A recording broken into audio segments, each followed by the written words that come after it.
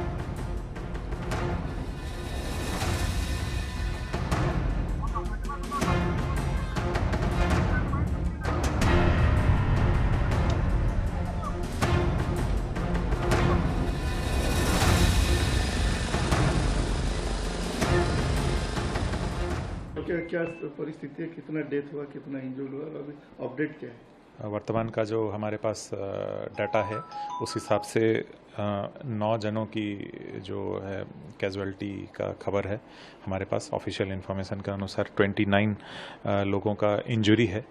जो इंजर्ड हैं उनको हमने शिफ्ट कर लिया है हॉस्पिटल्स में, जो अलमंडा है और विजयनगरम में।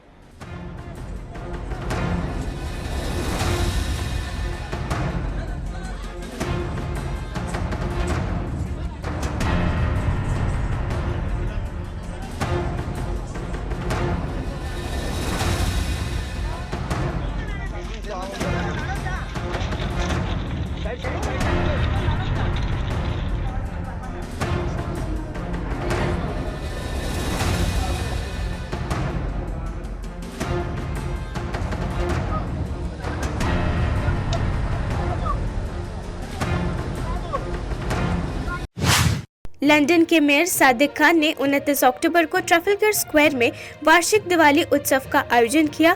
इस मुफ्त सार्वजनिक कार्यक्रम में भारत के विभिन्न हिस्सों से भारतीय पारंपरिक नृत्य, संगीत, गतिविधियां और भोजन शामिल थे, जो त्योहार की भावना को दर्शाते हैं। इस कार्यक्रम में शहर के हिंदू, सिख और जैन समुदायों के कलाकारों ने प्रदर्शन किया। उपस्थित लोगों ने नृत्य कार्यशालाओं, योग, ध्यान और कठपुतली शो सहित विभिन्न बाजार स्टॉल और गतिविधियों का आनंद लिया। मेयर खान ने इस आयोजन की सराहना करते हुए इस दिवाली की अंधेरे पर प्रकाश की प्रतीकात्मक जीत का प्रतीक बताया। परिवार अनुकूल उत्सवों का उद्देश्य लंदन की विविधता को प्रदर्शन करना है। ऐतिहासिक दिवाली समारोह में न केवल लंदन वासी बल्कि ब्रिटेन के विभिन्न हिस्सों से भी सभी पृष्ठभूमि के लोग शामिल हुए।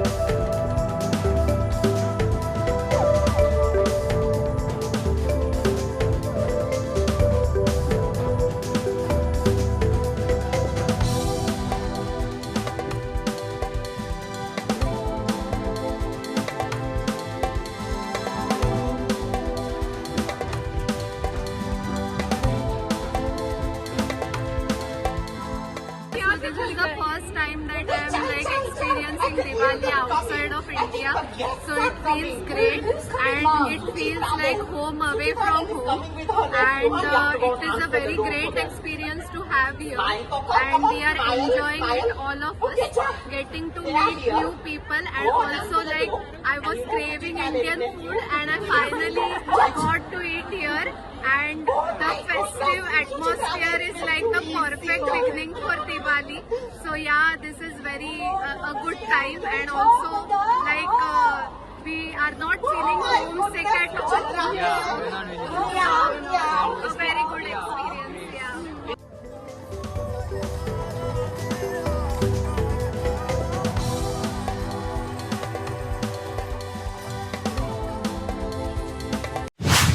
आंध्र प्रदेश के विजयनगरम में दुखद ट्रेन घटना के बाद राज्य के शिक्षा मंत्री बोत्सा सत्यनारायण ने बताया कि मुख्यमंत्री वाईएस जगन मोहन रेड्डी ने स्थिति का जायजा लिया और तत्काल राहत अभियान के निर्देश दिए। बोत्सा सत्यनारायण ने मीडिया से बात करते हुए कहा, मुख्यमंत्री वाईएस जगन मोहन रेड्डी ने विजयनगरम के कंटाकपल्ली में ट्रेन दुर्घटना पर दुख व्यक्त किया है और अधिकारियों को राहत अभियान चलाने के निर्देश दिए हैं।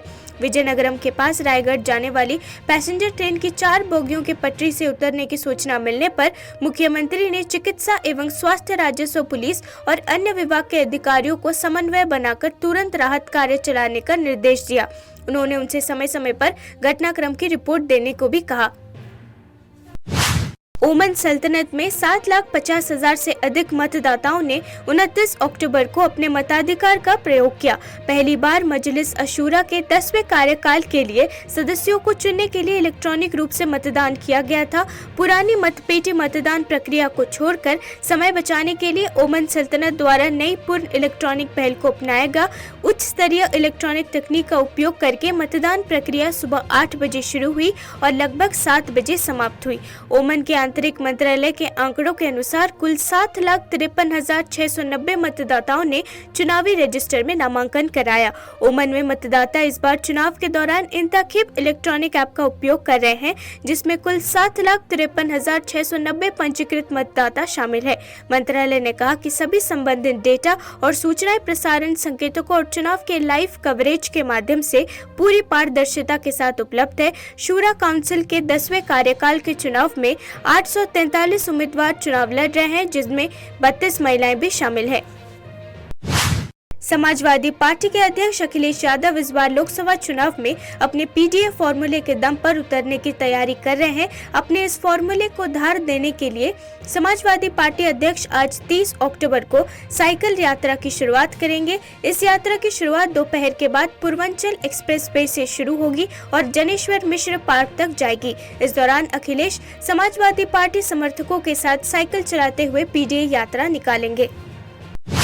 बिहार लोक सेवा आयोग की ओर से हाल ही में 1,22,000 शिक्षकों का रिजल्ट दिया गया है। जल्द ही पास हुए सभी शिक्षक पढ़ाने के लिए स्कूल भी जाने लगेंगे। अब नीतीश सरकार ने उन शिक्षकों के अलावा पहले से कार्यरत करीब 4 लाख शिक्षकों को आवास देने का निर्णय लिया है। स्कूल के पास में ही रहने की व्यवस्था की जाएगी ताकि विद्यालय पहुँचने में लेट न हो। रविवार को विज्ञापन जारी कर विभाग ने मकान मालिकों और रियल एस्टेट कंपनियों से 4 नवम्बर तक विभागीय वेबसाइट पर प्रस्ताव मांगा है। राष्ट्रीय राजधानी दिल्ली में अपराध का सिलसिला थमने का नाम नहीं ले रहा है। बीती रात को दिल्ली की गीता कॉलोनी से एक युवक की चाकू से मारकर हत्या के बाद से लोगों में खौफ का माहौल है। जानकारी के मुताबिक हमलावर घटना को अंजाम देने के बाद मौके से फरार हो गया है। थाना पुलिस मामले की जांच में जुटी है।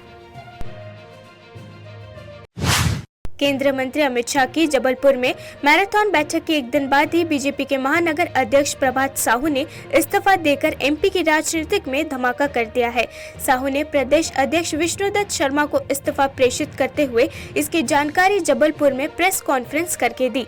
कहा जा रहा है कि पिछले दिनों बीजेपी के संभागीय दफ्तर में तोड़फोड़ के मामले में प्रभात साहू के खिलाफ अलकमान को शिकायत की गई थी। प्रभात साहू ने आज रविवार को अपने इस्तीफा का ऐलान करते हुए खुद को इस मामले में निर्दोष बताया और पार्टी अलकमान के रवैये पर भी उंगली उठाई। साहू ने दुखी मन से कहा, 1980 से पार्टी से जुड़ा रहा, बहुत सारे अनुभव मिले हैं। 43 साल के सफर में बहुत से उतार चढ़ाव भी देखे हैं। पार्टी अध्यक्ष पद संभाला था, तब भी कुछ लोगों ने मेरे खिलाफ माहौल बनाने की कोशिश की थी। राजस्थान में 25 नवंबर को विधानसभा चुनाव होने जा रहे हैं। चुनाव को देखते हुए अब सियासी दल अपने अपने प्रत्याशियों की लिस्ट लगातार जारी कर रहे हैं।